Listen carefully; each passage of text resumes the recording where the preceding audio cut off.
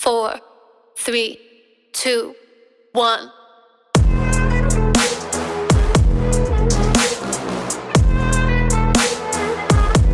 Hello mga ka-daily, kamusta? Isang na naman magandang araw today. What a beautiful afternoon. Napaka-sunny, hindi siya malamig, it's just perfect. So today is May 2nd, I believe. May 2nd. And kanina, actually I just finished my bus run dahil off tayo sa airport today. And then kanina, pagpasok ko ngayong afternoon, may nakita ako. And I will show you guys.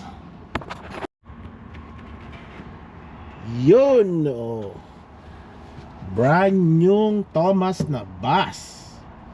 Yan.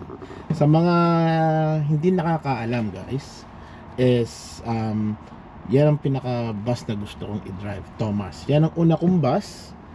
When I first started sa company namin, unfortunately luma siya, so palagi siyang sira.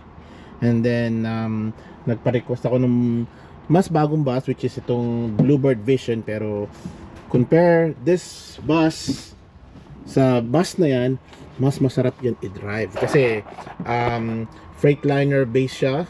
It's either Mercedes-Benz ang makina or Cummins engines. So check natin and tingnan natin yung loob. Sobrang maalikabok dito. Ayan, oh. So yan, kita nyo naman, wala pang logo. So talagang bagong bago. Sa kintab na lang, oh. Chrome grills, Thomas. Ayan. Tingnan natin.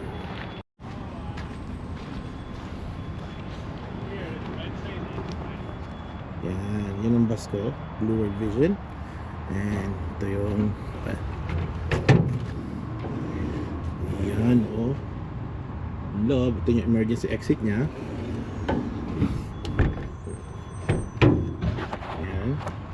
Thomas Boat Buses. Tingnan naman, pati ilalim na yan. Tambutso pa lang, bagong bago yan. Yan, so pasok tayo dito sa loob. Oh, may plastic pang upuan. Oh, may brand new. Yan siya. Tingnan natin. Tingnan niya. So marami pang ikakabit dito, like mga yung radio niya, mga antena, bago ito mailabas. Okay. Yun. Made in North Carolina, USA. Ayan, oh. So yun lang guys, gusto nyo i-share sa inyo itong bagong Thomas na to.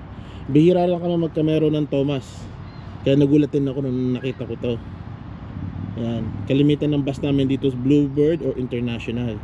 Bihira lang magkamero ng Thomas, tapos brand new pa. So hopefully mapunta sa atin to, we'll see.